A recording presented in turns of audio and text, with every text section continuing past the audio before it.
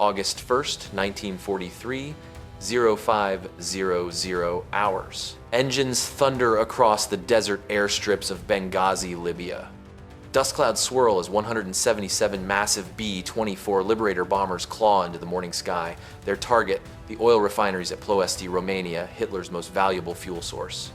If the raid succeeds, the Nazi war machine could grind to a halt. If it fails, thousands of young Americans may never come home. Among them is a 22-year-old Kansan named Gilbert Hadley. Handsome, reckless, and bold, he wears cowboy boots in the cockpit and carries twin pearl-handled revolvers at his side.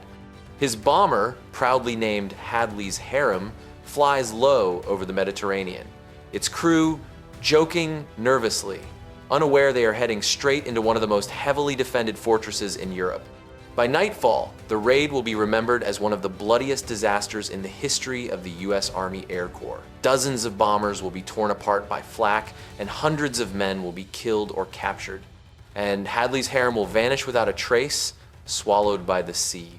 But this is not where the story ends. 51 years later, one of Hadley's own gunners will return to Turkey and find the wreck of the bomber that saved his life, with Hadley himself still inside. Gilbert B. Hadley, Gib, to everyone who knew him, wasn't just another young officer in the Army Air Corps. Back home in Kansas, people said he looked like a Hollywood star, the spitting image of Clark Gable. He had the kind of grin that could get him out of trouble just as easily as it got him into it. Reporters later wrote that Gib could talk his way into or out of virtually anything, and his flamboyant style made him unforgettable. He wasn't a polished soldier by nature, he was a cowboy at heart. Gib wore his boots in the cockpit and strapped pearl-handled revolvers to his side when he went into combat. Rowdy, charismatic, and fearless, he had a way of making everyone around him feel both nervous and safe at the same time. His crew adored him, not just because he was their pilot, but because he was larger than life. Like many young men in Depression-era America, Hadley first joined the Army simply for the paycheck. But once he scored high on intelligence tests and was selected for flight school, he fell in love with flying. Back home during training, he couldn't resist buzzing his parents' house or skimming so low over rooftops that neighbors ducked in fright.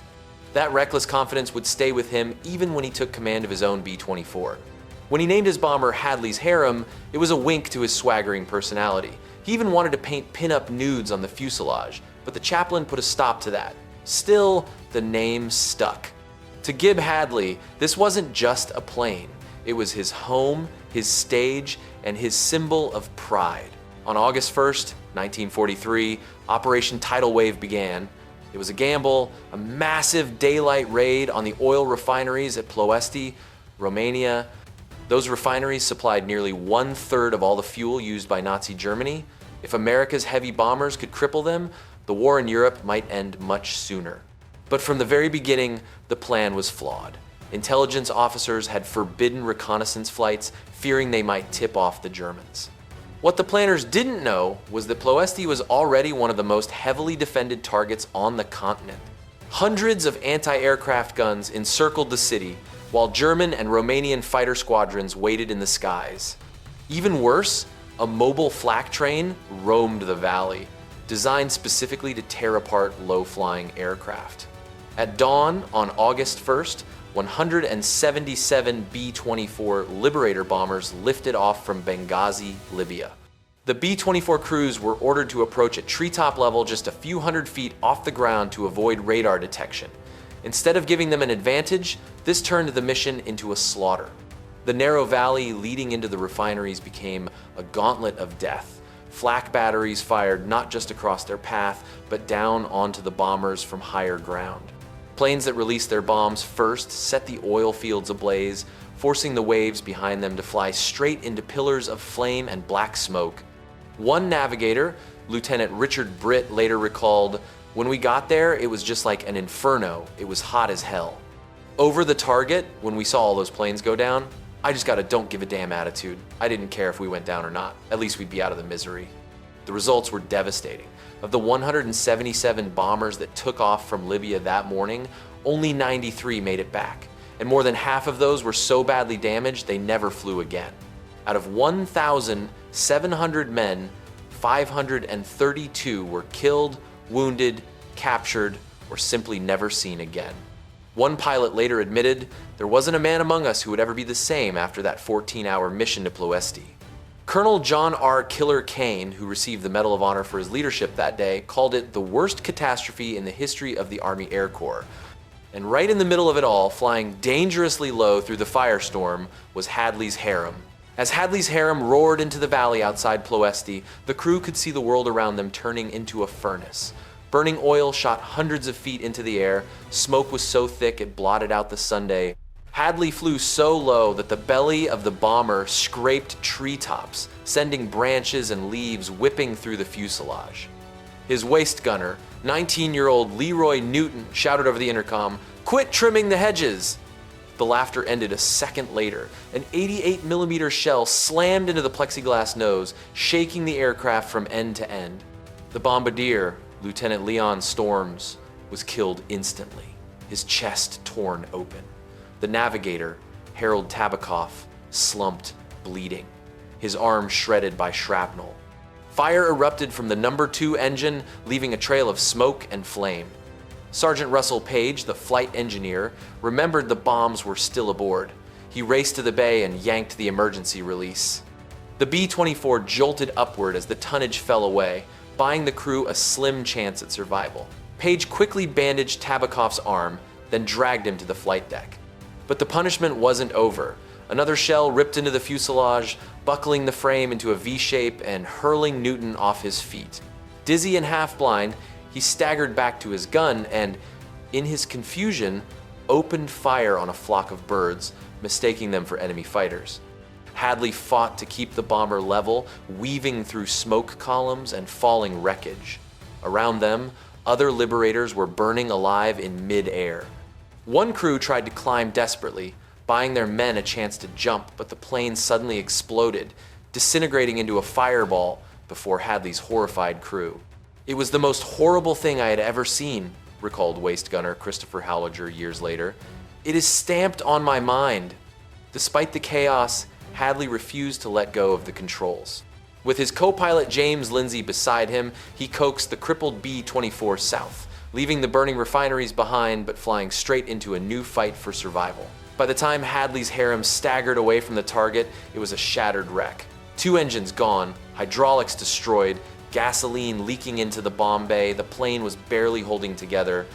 The crew threw out anything they could to lighten the load. Parachutes, life jackets, fire extinguishers, they were too low to bail out anyway. Ahead loomed the mountains of Bulgaria. Somehow, Hadley coaxed the crippled bomber just high enough to scrape over the ridges before dropping back down toward the Aegean Sea. But their luck was running out. One of the last engines caught fire. Oil sprayed across the fuselage. Their speed dropped to a crawl. Hadley came over the intercom with a grim choice. Do you want to bail out or stick with the ship? The answer was unanimous. Stick with her. Moments later, the Liberator's engines died. Less than a mile from the Turkish coast, the giant bomber slammed into the sea with a bone-crushing impact. Water exploded through the open nose and flak holes, flooding the cockpit instantly. Sergeant Page tried the escape hatch, jammed tight.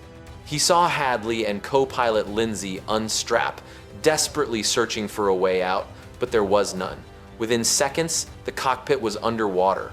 Page dove into the top turret, gulped a final breath, and swam toward a glimmer of light where the tail had sheared away. He burst to the surface just as Hadley's Harem disappeared beneath the waves. 7 men clawed their way to the beach, dragging each other through the surf, broken, bleeding, but alive. Then, through the mist, more than a dozen Turkish soldiers appeared, rifles aimed. The Americans braced for the worst, until the soldiers lowered their weapons, offered cigarettes, and built a fire so the airmen could dry off. By the next day, British rescue boats had arrived. Villagers carried the wounded in ox carts, fed them eggs and beans, and told the crew, "Your enemies are also ours." For the survivors, it was a miracle. But for Hadley and Lindsay, the cockpit had become their tomb. For decades, the survivors of Hadley's Harem carried their memories in silence. Leroy Newton, the waist gunner who once joked about trimming the hedges, built a quiet life as a product designer. He rarely spoke of the war. In those days, he later said, Someone else always had a horror story worse than yours. That changed in 1993, when Newton attended a reunion of Ploesti veterans. On a display table, he saw a photograph he hadn't laid eyes on in 50 years, himself and the other survivors, barefoot and battered, kneeling on the Turkish beach with rifles pointed at them. The image stirred something deep inside. He turned to his old comrades and declared, "I'm going back to Turkey. I'm gonna find that thing." His first trip was frustrating. He walked miles of coastline, searching for landmarks, but nothing looked familiar. Just before leaving, a local journalist interviewed him. Weeks later, back in America, Newton received a letter from a retired Turkish marine photographer. The man claimed that he and his sons had found a bomber wreck in 1972 while filming sea turtles. It lay 750 feet offshore, 90 feet below the surface. Skeptical but desperate, Newton returned. When the diver led him over the site, Newton froze. Beneath the waves lay Hadley's Harem. The cockpit was intact, the controls still in place. Inside sat the remains of Gib Hadley and James Lindsay, just as they had fallen half a century earlier.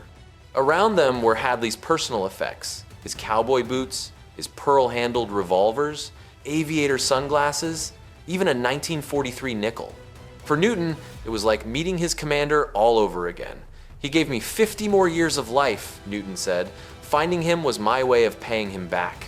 It took months of negotiations with the Turkish government and expensive salvage efforts, but eventually the forward section of the bomber was raised with massive flotation balloons.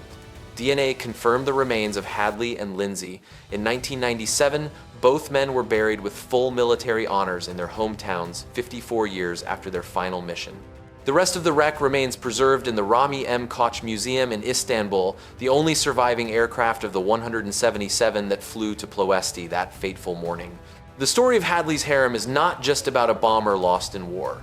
It is about the men inside it, young, fearless, and willing to give everything for one another. Gib Hadley, the flamboyant cowboy pilot, never made it home in 1943. Yet 51 years later, through the loyalty of his crew, he finally did. Of the 177 Liberators that launched toward Ploesti, only one still exists today. Not in the skies, but resting silently in a museum in Istanbul, a relic of courage, sacrifice, and survival. When visitors walk past its shattered fuselage, they are not just looking at steel and rivets. They are looking at the story of men who faced fire and chose to keep flying, of a pilot who refused to abandon his crew, and of a survivor who returned half a lifetime later to bring his commander home. Because some promises, even in war, are kept forever.